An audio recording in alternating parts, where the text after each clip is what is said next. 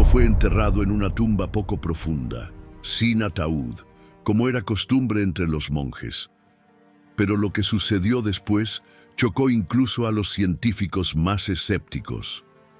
En medio de la oscuridad de la montaña, una luz misteriosa comenzó a brillar sobre su tumba, noche tras noche. Cuando abrieron su sepulcro meses después, lo que encontraron desafía cualquier explicación humana. Su cuerpo estaba intacto, flexible, exhalando un líquido perfumado, como si nunca hubiera muerto. Pero este no fue el único signo. Los milagros comenzaron a multiplicarse. Las personas fueron sanadas y algo inexplicable ocurrió que hasta hoy la Iglesia analiza con asombro. ¿Qué realmente sucedió con Saint Charbel después de su muerte? ¿Por qué su cuerpo desafió la lógica? ¿Y cuál fue el milagro que lo cambió todo? Quédate conmigo hasta el final y suscríbete al canal Voces Sagradas, porque hoy descubrirás uno de los mayores misterios de la historia de la fe. Vamos a comenzar. El viento cortante soplaba sobre las montañas del Líbano, trayendo consigo el olor de la tierra húmeda y de las olivas que rodeaban el pueblo de Beca Cafra. Las casas de piedra, humildes y dispersas entre los valles, parecían testigos silenciosos del tiempo, protegiendo a sus habitantes del intenso frío de las noches libanesas. Fue en este escenario, marcado por una naturaleza a la vez bella e implacable, que nació Youssef Antoun Makhlouf en una madrugada de mayo de 1828. Desde muy pequeño, Youssef aprendió a convivir con el peso de la ausencia. Su padre, un campesino devoto y trabajador, fue convocado para servir en las fuerzas del gobierno otomano y nunca regresó. La viuda, Warde, quedó sola con los hijos, sosteniéndolos con esfuerzo y fe inquebrantable. Creciendo entre las dificultades, Youssef pronto comprendió que la vida era dura, pero también percibió algo más profundo. Había un silencio especial dentro de él, un espacio sagrado donde Dios parecía susurrar secretos que nadie más oía. El niño pasaba horas contemplando las montañas, la mirada perdida en el horizonte, como si intentara descifrar un misterio oculto entre las nubes. Cuando los otros chicos corrían y jugaban, él se apartaba para rezar, encontrando en las cuevas y los bosques su refugio espiritual. La campana de la iglesia llamaba a la misa, y él siempre era el primero en responder. No solo por obligación, sino porque sentía que ese lugar era su verdadero hogar. El padre local pronto se dio cuenta de su inclinación hacia la vida religiosa y comenzó a enseñarle a leer las Escrituras. Cada palabra de las Sagradas Escrituras parecía encender su alma, avivando en él una llama que jamás se apagaría. Pero la vida imponía sus exigencias. Beca Cafra no era un lugar de sueños fáciles, y la realidad pedía trabajo arduo. Desde temprana edad, Youssef ayudaba en los campos, cuidaba de los animales y cargaba agua de las fuentes. El sudor escurría por su rostro mientras labraba la tierra seca, pero su mente siempre estaba absorta en la oración. El trabajo lo disciplinaba, pero su corazón anhelaba algo que ni él sabía explicar. El deseo de entregarse totalmente a Dios crecía en secreto, como una raíz que se profundiza antes de brotar hacia fuera de la tierra. Su madre, mujer fuerte y decidida, se daba cuenta de que su hijo era diferente. Ella lo veía salir solo a rezar, observaba su comportamiento reservado y su resistencia a las distracciones mundanas. Como toda madre, tenía planes para él.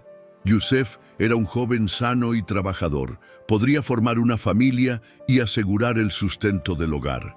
Varias chicas del pueblo ya lo miraban con interés, pero él parecía ajeno a todo eso. Cuando alguien hablaba de matrimonio, él bajaba la mirada y permanecía en silencio. La verdadera lucha comenzó cuando los parientes empezaron a presionarlo. No era normal que un chico de su edad no mostrara interés por la vida común. Su tío, que lo crió como a un hijo, insistía en que siguiera las costumbres de la familia, organizando un matrimonio y asegurando la continuidad del nombre. Pero Yusef sentía que había algo más grande esperándolo. Las palabras humanas perdían fuerza ante el llamado que ardía dentro de él. Una noche, mientras todos dormían, salió en silencio de casa y caminó hasta una colina cercana. Allí se arrodilló sobre la tierra fría y levantó los ojos hacia el cielo estrellado. Las estrellas parecían brillar con una intensidad diferente esa noche, y un profundo silencio invadió su corazón. Sabía que Dios lo llamaba a una vida de entrega total, pero ¿cómo abandonar a su familia? ¿Cómo enfrentar el dolor de su madre, que ya había perdido tanto? Los días siguientes fueron de angustia. El peso de la decisión lo consumía. Amaba a su madre, respetaba a sus tíos, pero no podía ignorar la voz que hablaba dentro de él. Y entonces vino la prueba definitiva. En una cena familiar, su madre mencionó nuevamente la idea del matrimonio, y esta vez sintió que debía responder. Con voz firme pero cargada de emoción, dijo que su corazón pertenecía solamente a Dios. Un silencio incómodo se apoderó de la sala. Su tío frunció el ceño y su madre, con los ojos llenos de lágrimas, desvió la mirada. Esa noche, Yusef no pudo dormir. El viento golpeaba contra las ventanas y su corazón parecía librar una batalla final.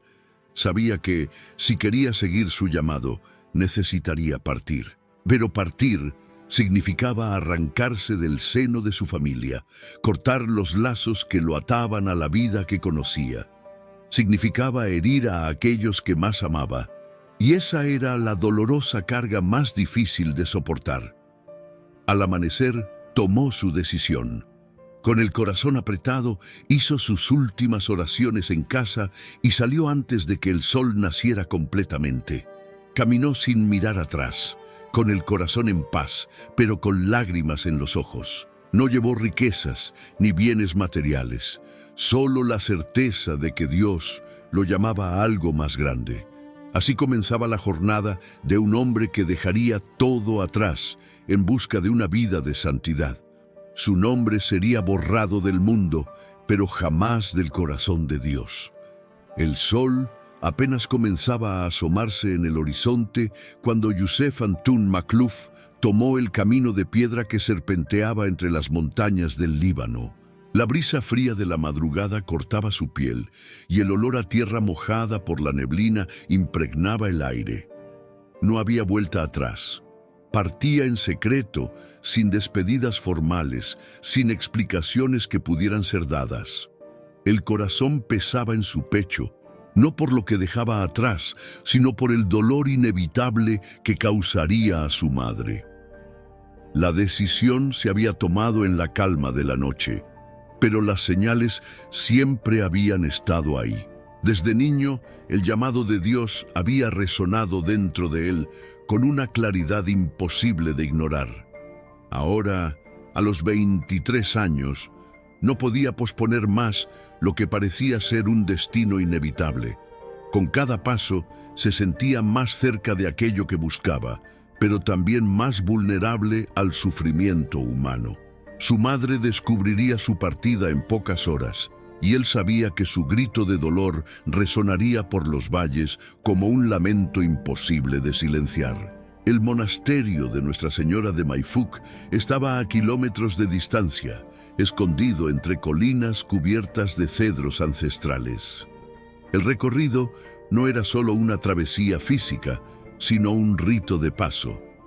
Mientras caminaba, el mundo a su alrededor parecía transformarse. El pueblo y sus rostros familiares quedaban atrás, dando paso a caminos sinuosos y senderos cada vez más solitarios.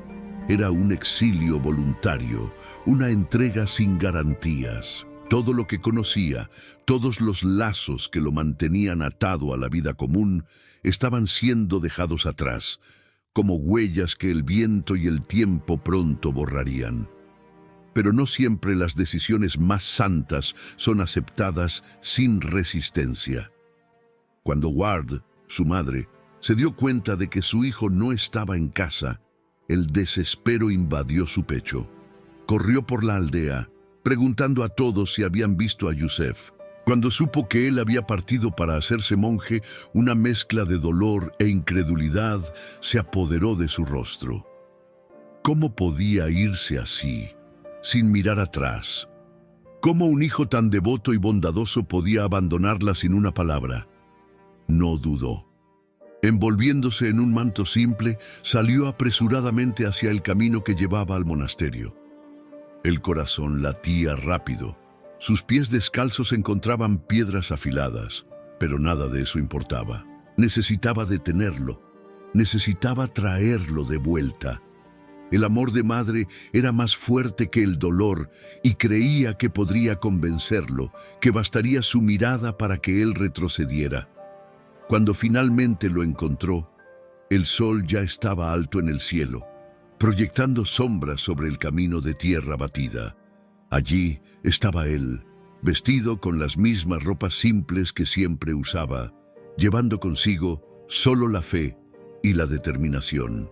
Guardé, con los ojos llenos de lágrimas, corrió hacia él. Sus manos firmes sostuvieron las de él y la voz, cargada de angustia, sonó temblorosa. «Hijo mío, ¿por qué me haces esto?» Yusef sintió el peso de esas palabras como una hoja cortando su alma. La amaba profundamente, su corazón clamaba por poder decir algo que aliviara su dolor. Pero ¿qué podría decir? No se iba por rebeldía ni por ingratitud. Se iba porque ya no podía ignorar el llamado que ardía dentro de él. La lucha silenciosa duró segundos que parecieron una eternidad. Ward lloraba, imploraba, hablaba del sacrificio que había hecho para criarlo, del dolor de perder a su marido tan joven y ahora ver a su hijo partir sin mirar atrás. Era un llamado al corazón, un llamado a la memoria de los años en que lo había llevado en brazos, de las noches en que había velado su sueño. ¿Cómo podría él devolverle así? Yusef sostuvo las manos de su madre entre las suyas. Sus ojos estaban húmedos, pero su voz salió firme, sin titubeos. «Madre, Dios me llama, no puedo negarle mi vida». La respuesta fue como una sentencia. Ward sintió que le faltaban las fuerzas. No podía competir con Dios. Ninguna madre podía. Soltó las manos de su hijo lentamente, como si su propio corazón estuviera siendo arrancado. Por un instante, todo quedó en silencio. El viento susurraba entre los árboles y solo los pájaros rompían la quietud de la mañana. Entonces, en un último acto de entrega, Ward levantó el rostro, conteniendo las lágrimas. «Ve, hijo mío. Si este es el camino que elegiste, que Dios te acompañe». Yusef bajó la cabeza en reverencia. En su pecho, una mezcla de dolor y paz. Dios nunca prometió que la renuncia sería fácil, pero ahora nada más lo detenía. Al llegar al monasterio, los portones se levantaron ante él como un nuevo mundo por descubrir. Los monjes lo recibieron en silencio, mirándolo con la seriedad de quienes comprendían el peso de esa elección. Era el comienzo de una nueva vida, una vida sin retorno. Allí, en medio de las paredes de piedra, donde las campanas resonaban con un sonido profundo y casi sagrado, recibió el hábito monástico. Su nombre ya no era más Yusef, ahora era hermano Charbel, y el mundo nunca volvería a oír su nombre de la misma manera. Las pesadas puertas del monasterio de Nuestra Señora de Maifuk se cerraron tras hermano Charbel, sellando un nuevo capítulo de su vida. Ya no era Yusef, el joven campesino de Bekaa Kafra. Ahora era un hombre entregado a la voluntad de Dios, sometido a un camino de renuncia, silencio y pruebas. El hábito negro que vestía simbolizaba la muerte para el mundo y el nacimiento para una existencia completamente dedicada a la fe. Pero el verdadero desafío aún estaba por venir. El monasterio era un mundo aparte, alejado de la agitación de la vida cotidiana. Los corredores de piedra fría resonaban solo con los pasos lentos de los monjes, y el olor a incienso flotaba en el aire, mezclado con el aroma de la cera derretida de las velas que iluminaban las pequeñas celdas. La rutina era rígida: oración, trabajo, silencio y penitencia. El tiempo no pertenecía a nadie, solo a Dios. Desde el principio, hermano Charbel destacó, pero no por la elocuencia o por algún rasgo que llamara la atención. Por el contrario, su silencio era profundo, su obediencia absoluta. No cuestionaba órdenes, no expresaba deseos, no murmuraba ante las tareas más duras. Cuando los otros monjes lamentaban el frío que entraba por las rendijas de las paredes en el riguroso invierno, él permanecía inmóvil, sin quejarse. Cuando las largas horas de ayuno hacían que sus fuerzas flaquearan, aceptaba la debilidad del cuerpo como un camino para fortalecer el alma. Pero no solo era el frío o el hambre lo que forjaba su espíritu.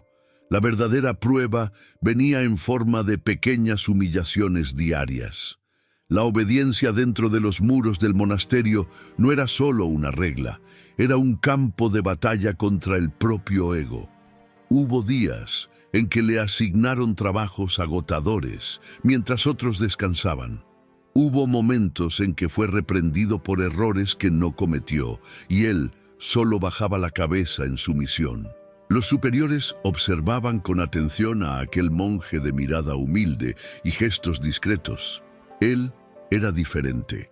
No buscaba destacarse, no mostraba resentimiento, no daba señales de inquietud. Cuando alguien lo provocaba para poner a prueba su paciencia, él respondía con bondad. Cuando le pedían rehacer una tarea ya concluida, obedecía sin dudar. No era apatía, sino una fuerza que venía desde adentro, una entrega completa que lo hacía trascender las pequeñas miserias del día a día. La disciplina era severa, pero él la abrazaba con amor. Durante los oficios nocturnos, cuando el cansancio pesaba sobre los hombros de todos, él permanecía de rodillas, inmóvil, completamente entregado a la oración. Su cuerpo podía estar exhausto, pero su alma ardía con una llama que no se apagaba. La ceremonia estuvo marcada por el peso espiritual que aquel momento cargaba. Cuando recibió la unción y la imposición de manos, se sintió no solo investido de una nueva misión, sino como si estuviera desapareciendo aún más del mundo. Ahora, su vida no pertenecía más ni al monasterio ni a su propia voluntad. Todo lo que existía era el altar, la Eucaristía, el sacrificio perpetuo. Tras algunos años en el monasterio, fue enviado al monasterio de San Marón, en Anaya, donde su camino de santificación se profundizaría aún más. El lugar, aislado entre montañas, proporcionaba un ambiente de contemplación aún más intenso. Allí, se prepararía para recibir el sacerdocio, un paso que exigía no solo conocimiento teológico, sino una purificación interior absoluta. La ordenación sacerdotal ocurrió en 1859. Fue allí, en el silencio de la capilla, ante el sagrario, que la vida del hermano Charbel se convirtió en una ofrenda viva. Su conexión con la Eucaristía era algo que pocos comprendían. Durante las misas, su expresión cambiaba. Su mirada se perdía en una dimensión que los otros monjes no podían alcanzar. Él no solo celebraba el misterio, lo vivía con una intensidad que impresionaba a quienes estaban a su alrededor. Pero no todos comprendían esa entrega radical. Algunos monjes cuestionaban su silencio excesivo, su extrema renuncia a las necesidades más básicas. Decían que era demasiado riguroso consigo mismo, que no necesitaba tanto sacrificio.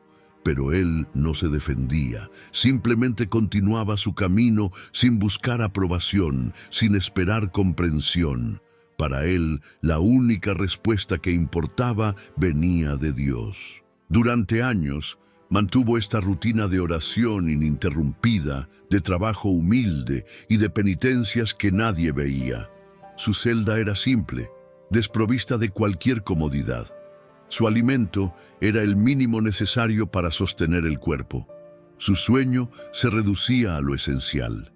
Pero él no parecía cargar fardos. Por el contrario, su paz era visible, una serenidad que solo podía venir de quien encontró un tesoro que el mundo jamás podría ofrecer. Fue entonces que tras tantos años dentro de la comunidad monástica surgió el deseo de dar un paso aún más radical. Sentía que su corazón era llamado a un silencio aún más profundo, a una soledad donde pudiera estar completamente a solas con Dios. El eremitario lo llamaba, pero esa decisión no era suya, necesitaba permiso para dar el paso definitivo, y ese permiso no vendría sin pruebas. Su superior lo observaba desde hacía años, y sabía que Charbel no era un monje común, pero conceder a un hombre el derecho de vivir como ermitaño era una decisión seria. No era solo un aislamiento físico, sino una entrega total, una muerte anticipada para el mundo. Era necesario tener certeza de que él estaba listo, y así, sin que Charbel lo supiera, los superiores comenzaron a probarlo de maneras aún más rigurosas. Aumentaron sus responsabilidades, le impusieron más tareas, retrasaron su respuesta, todo para ver si, en algún momento, él vacilaría. Pero Charbel no vaciló, ni por un instante. Su obediencia permaneció inquebrantable, su humildad intacta.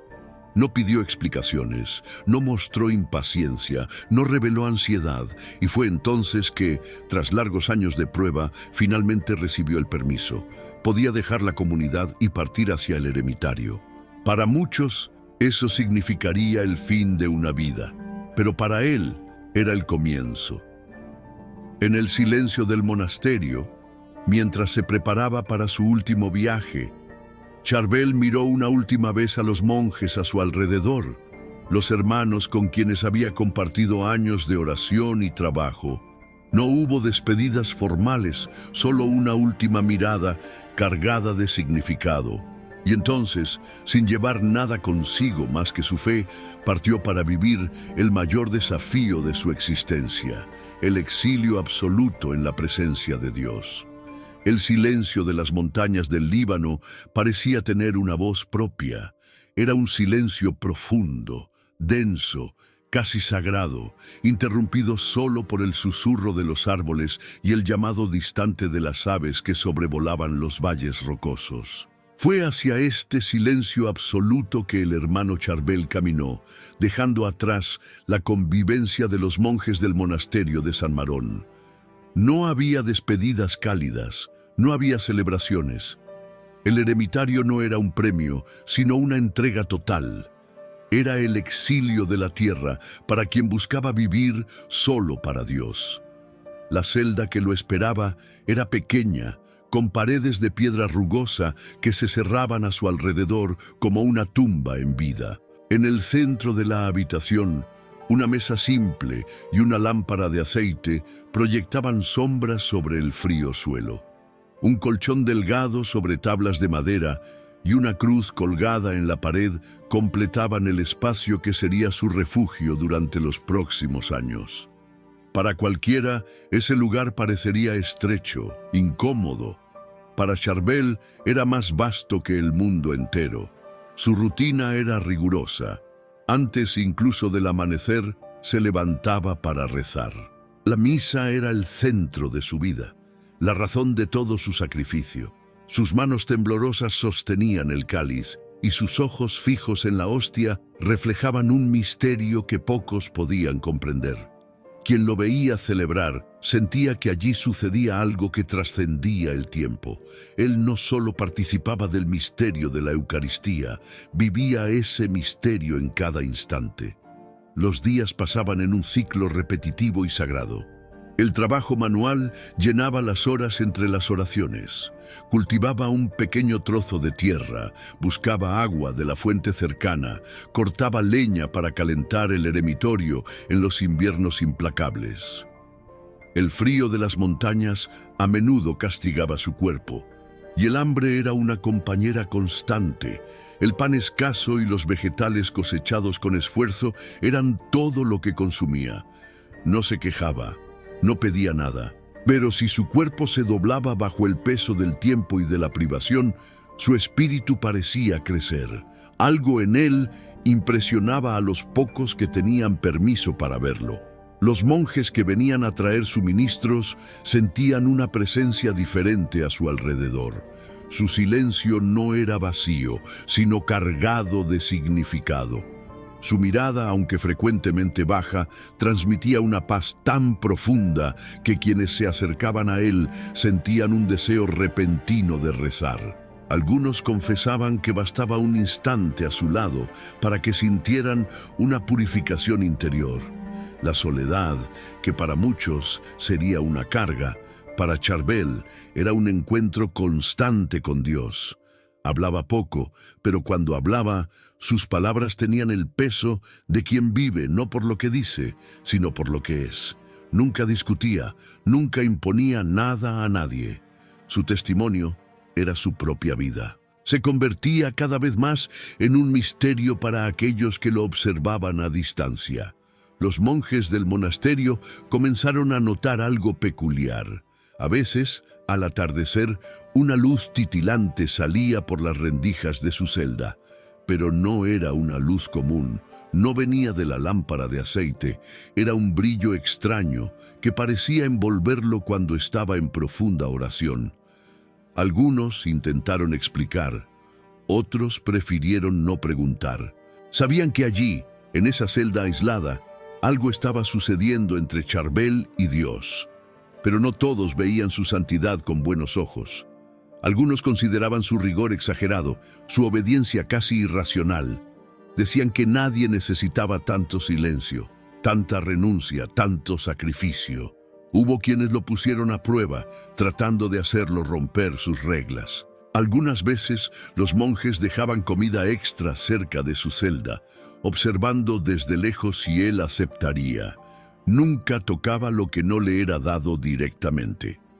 Otros intentaban provocarlo, haciéndole preguntas que exigían respuestas complejas, esperando verlo fallar. Pero él respondía con humildad o simplemente sonreía y se callaba. Las pruebas no venían solo de los hombres. Su cuerpo comenzó a sentir el peso de la edad y de las penitencias. Las noches heladas hacían que sus huesos dolieran, y la alimentación escasa lo debilitaba, pero aceptaba todo sin lamentos. Cuando el dolor lo consumía, su respuesta era solo más oración. Si el sufrimiento lo alcanzaba, él veía en él una forma de unirse aún más al sacrificio de Cristo. El tiempo pasaba, y su presencia en el eremitorio ya no era un secreto. Aunque evitaba visitas, la gente de la región comenzó a escuchar hablar del monje santo que vivía entre las montañas.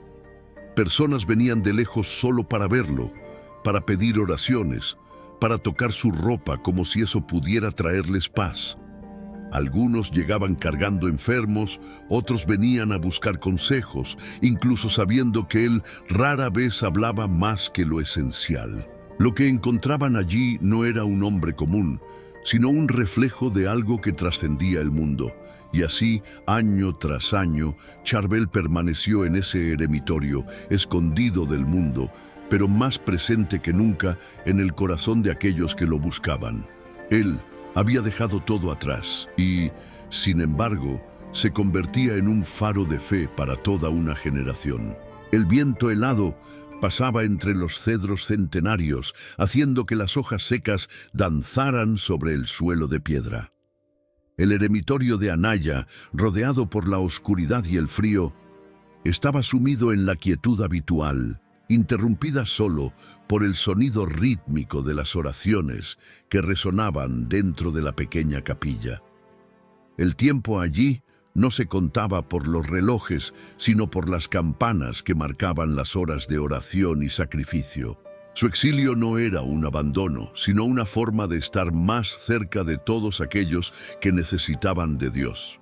Y el mundo comenzaba a percibir que ese monje, que vivía sin buscar reconocimiento, ya no pertenecía a la tierra, sino a algo mucho mayor. La noche de invierno se extendía sobre las montañas del Líbano con un profundo silencio. Era el mes de diciembre de 1898, y para el viejo monje que allí vivía, ese sería el último Navidad sobre la tierra. En la mañana del 16, la rutina del hermano Charbel seguía como siempre. Se había despertado antes del amanecer, se arrodilló en oración prolongada y salió a cumplir con sus obligaciones diarias. El frío de esa época del año era cortante, pero él lo soportaba sin quejas. Sus movimientos eran más lentos que años atrás, su piel marcada por el tiempo y el rigor de la penitencia. Sus ojos, sin embargo, seguían siendo los mismos, profundos, absortos en algo que nadie más parecía ver. Al atardecer, se preparó para celebrar la misa, su razón de existir. En el altar simple del eremitorio, el monje tomó el cáliz en sus manos y comenzó la consagración. Su mirada estaba fija en la hostia y su respiración se volvía cada vez más lenta. En el instante en que levantó el cuerpo de Cristo, algo sucedió. Su cuerpo, de repente, se endureció. Sus manos temblorosas perdieron fuerza y sus ojos se elevaron como si vieran algo que los demás no veían. Un murmullo recorrió a los pocos presentes. El silencio era absoluto. Entonces, sin un gemido, sin una sola palabra, el hermano Charbel cayó al suelo. Los monjes corrieron hacia él, tratando de levantarlo. El cuerpo aún estaba caliente, pero inerte. Sus ojos permanecían abiertos, pero su alma parecía ya estar en otro lugar. El prior del monasterio se acercó, inclinándose para escuchar su respiración. Era débil, casi imperceptible. El golpe había sido fuerte y todos entendieron. Charbel estaba muriendo. Lo llevaron de regreso a su celda, donde fue colocado sobre la cama estrecha que durante tantos años le había servido de descanso. La pequeña habitación, iluminada solo por una lámpara de aceite, estaba impregnada de un clima de reverencia. No había desesperación, no había lamentos, solo la certeza de que un hombre santo estaba a punto de partir. Durante 8 días, él permaneció allí, entre el cielo y la tierra. Su cuerpo sufría las dolencias de la enfermedad, pero su alma parecía ya haberse desprendido. Los monjes se turnaban a su lado, rezando sin cesar. Él no se quejaba, no pedía nada. Solo mantenía la mirada fija en un punto invisible, como si estuviera en un diálogo silencioso con Dios.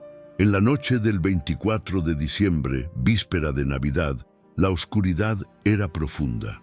El viento aullaba contra las ventanas del eremitorio, como si la propia naturaleza sintiera que algo extraordinario estaba a punto de suceder. El monje respiraba con dificultad, pero su expresión no mostraba dolor. Al contrario, su rostro estaba sereno, bañado por una paz que los demás no podían explicar. Y entonces, sin un último suspiro, sin un último movimiento, partió. El silencio en la habitación era absoluto. Los monjes, arrodillados alrededor de su lecho, permanecieron inmóviles durante largos instantes. Había una presencia en el ambiente, algo que no podía ser descrito, pero que todos allí sentían. El cuerpo fue preparado para el entierro. No había ataúd. En la costumbre monástica los monjes eran enterrados directamente en la tierra, como señal de humildad.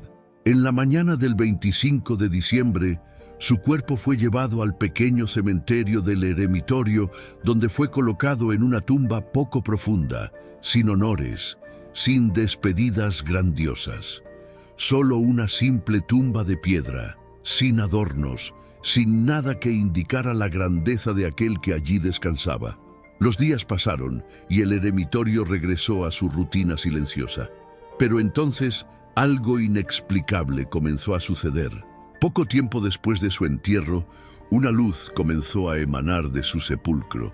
En medio de la noche, monjes y campesinos de la región veían un brillo sobrenatural irradiando del suelo donde Charbel había sido enterrado. Era un destello intenso que titilaba como una llama, visible a kilómetros de distancia. Algunos creyeron que era una ilusión, otros se negaron a creer, pero el hecho es que la luz continuaba apareciendo, noche tras noche. La noticia se esparció rápidamente. Personas comenzaron a llegar al eremitorio, deseando ver con sus propios ojos aquello que desafiaba toda explicación. El prior del monasterio, desconfiado y temeroso de que algo estuviera mal, ordenó que la tumba fuera abierta. Los monjes, en silencio, comenzaron a cavar. La tierra cedió, y entonces el cuerpo de Charbel fue revelado. Lo que vieron dejó a todos en shock. El cuerpo estaba intacto. A pesar de las lluvias, del suelo húmedo y del tiempo que había pasado, su cuerpo no presentaba ningún signo de descomposición. Su piel mantenía el color natural, sus extremidades aún eran flexibles. Parecía que simplemente estaba durmiendo. Pero lo que más impresionaba era algo aún más misterioso. De su cuerpo exhalaba un líquido perfumado, una sustancia extraña que empapaba sus vestiduras y escurría por la tumba. La ciencia no supo explicar. Los médicos que analizaron el fenómeno atestiguaron que era imposible que un cuerpo permaneciera así sin un proceso de conservación. Los monjes, por otro lado, sabían lo que eso significaba. Charbel ya no pertenecía a la tierra. La noticia se esparció por el Líbano y por el mundo. Personas comenzaron a viajar de lejos para tocar sus ropas, para ver su cuerpo, para pedir su intercesión. Y pronto, los milagros comenzaron a suceder. El monje que vivió escondido, que eligió la soledad y el silencio, se volvía ahora conocido en todas partes del mundo.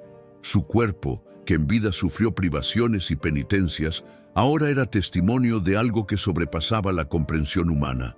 Charbel había muerto, pero su presencia nunca había sido tan viva.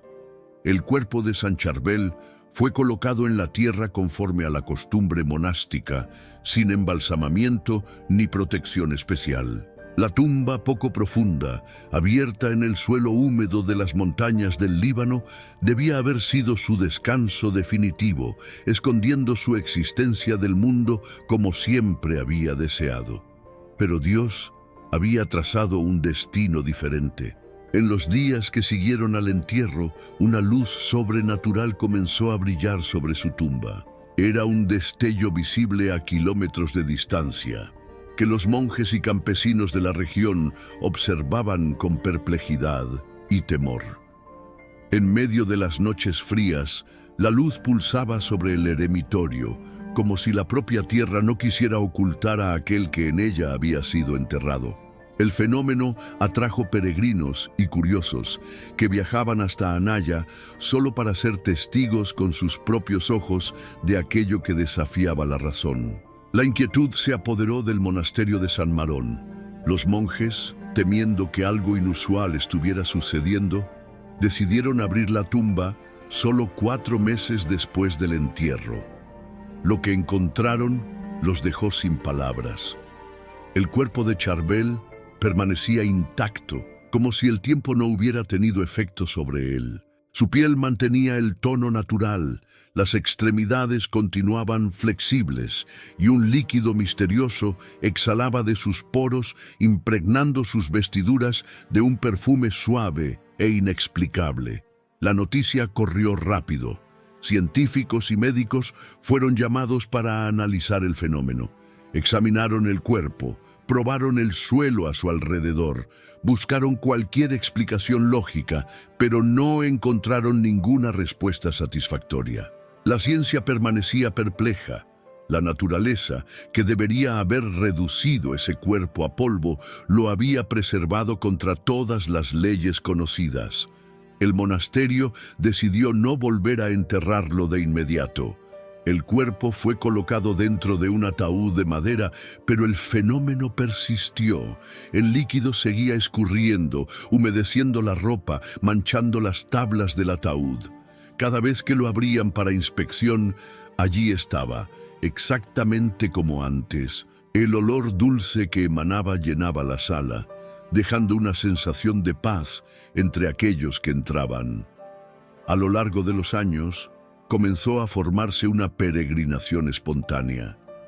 Personas venían de lejos para rezar ante la tumba y pronto comenzaron a reportarse los primeros milagros.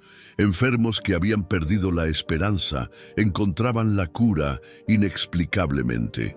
Ciegos volvían a ver, paralíticos recuperaban los movimientos, dolores antiguos desaparecían sin explicación.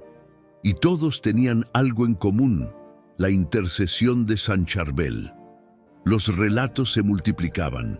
Entre los testimonios había quienes narraban sueños en los que el monje aparecía vistiendo su hábito negro, silencioso, pero con una mirada que transmitía fuerza y serenidad.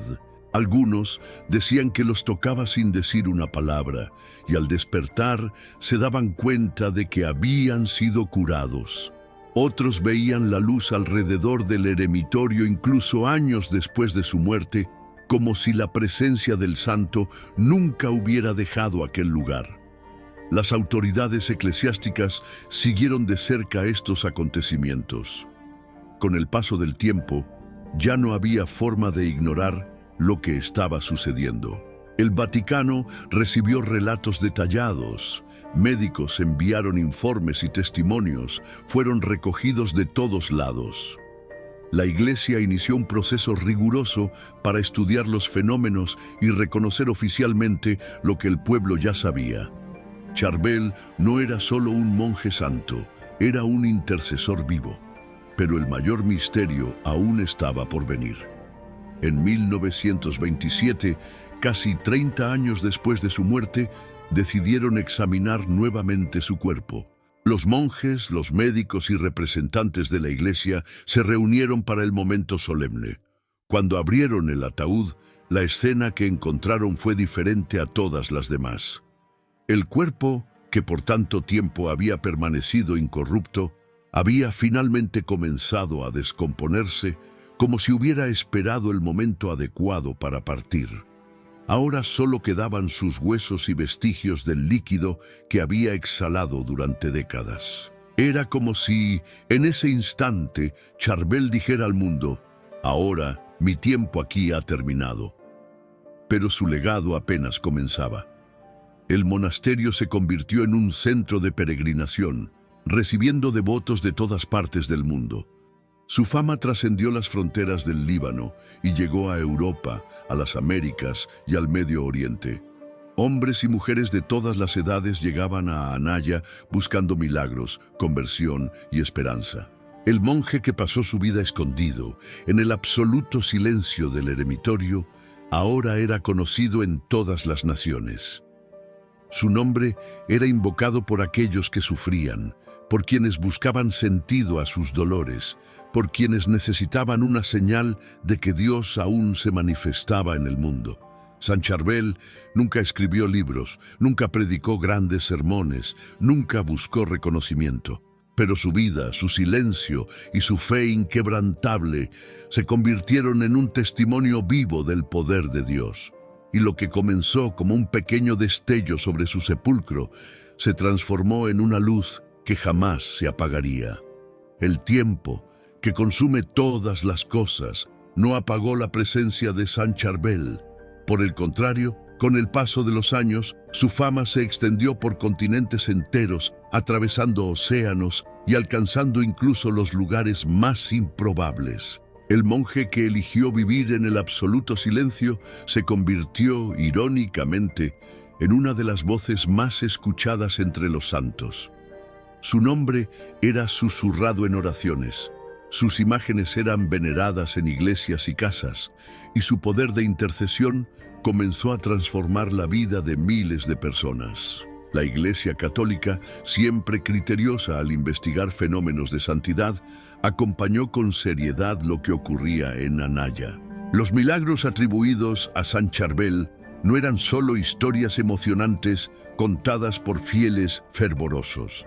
Eran hechos documentados, examinados por médicos, registrados con precisión, personas afectadas por enfermedades incurables, para las cuales la medicina ya no ofrecía esperanza, de repente se curaban tras invocar su nombre. Entre los casos más impresionantes estaba el de Nohad el-Shami, una mujer libanesa que en 1993 sufrió una grave parálisis. Su estado era irreversible, pero una noche tuvo un sueño con San Charbel. En el sueño vio a dos monjes acercarse a ella. Uno permaneció en silencio, mientras el otro tocó su cuello y realizó una cirugía invisible. Cuando despertó, notó dos cicatrices profundas en su garganta, señales físicas de algo que, supuestamente, había ocurrido solo en el sueño. Pero lo más increíble vino a continuación. La parálisis había desaparecido. Los médicos no supieron explicar. Ella estaba completamente curada. El caso se volvió ampliamente conocido en el Líbano y en toda la Iglesia. Fue uno de los signos más evidentes de que la presencia de San Charbel permanecía viva y activa, incluso después de tantos años. Pero los milagros no se detuvieron en el Medio Oriente.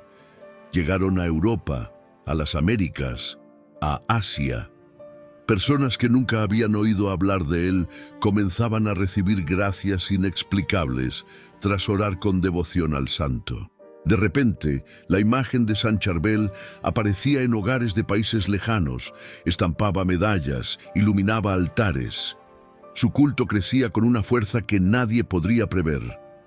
El reconocimiento oficial llegó en 1965, cuando el Papa Pablo VI beatificó a Charbel, declarando públicamente su santidad ante el mundo. 10 años después, en 1977, fue canonizado, convirtiéndose en el primer santo oriental del siglo XX en recibir esta honra. La ceremonia, realizada en el Vaticano, fue acompañada por fieles de todas partes del mundo. Era el reconocimiento de algo que el pueblo ya sabía desde hace mucho tiempo. Charbel ya no pertenecía solo al Líbano. Él pertenecía al mundo. Lo que hacía su santidad tan singular no era solo la cantidad de milagros que se le atribuían, sino la manera en que su vida simple y silenciosa resonaba con tanta fuerza en los corazones de las personas. No dejó escritos teológicos, no fundó una orden religiosa, no hizo discursos elocuentes, pero su ejemplo hablaba más alto que cualquier palabra. Su amor por la Eucaristía, su vida de oración profunda, su entrega total a Dios, eran un testimonio vivo de lo que significa ser un verdadero seguidor de Cristo. Hoy, el monasterio de San Marón, en Anaya, recibe miles de peregrinos cada año. Personas de diferentes culturas, idiomas y nacionalidades suben la montaña para visitar su tumba, para rezar en la capilla donde celebró tantas misas, para buscar esperanza y cura. Muchos llegan cargando enfermedades físicas, otros traen heridas invisibles en el alma, pero todos sienten algo inexplicable al pisar ese lugar, un silencio diferente, un ambiente cargado de una paz que no pertenece al mundo. La devoción a San Charbel ha crecido tanto que ha superado incluso los círculos católicos. Cristianos de diferentes denominaciones, musulmanes e incluso personas sin religión han comenzado a invocar su nombre, no por una doctrina, sino porque sintieron que hay algo divino en su historia. Sus milagros no hacen distinción entre ricos y pobres, entre aquellos que creen y aquellos que dudan. Él atiende a quien lo busca con un corazón sincero. A lo largo de los años, más y más testimonios continúan surgiendo. Milagros inexplicables, curas, conversiones, señales. La Iglesia sigue documentando, investigando, comprobando. Pero para aquellos que ya han sentido su intercesión, no hay necesidad de explicaciones. Ellos saben. San Charbel vivió en el silencio, y hoy su voz resuena más fuerte que nunca.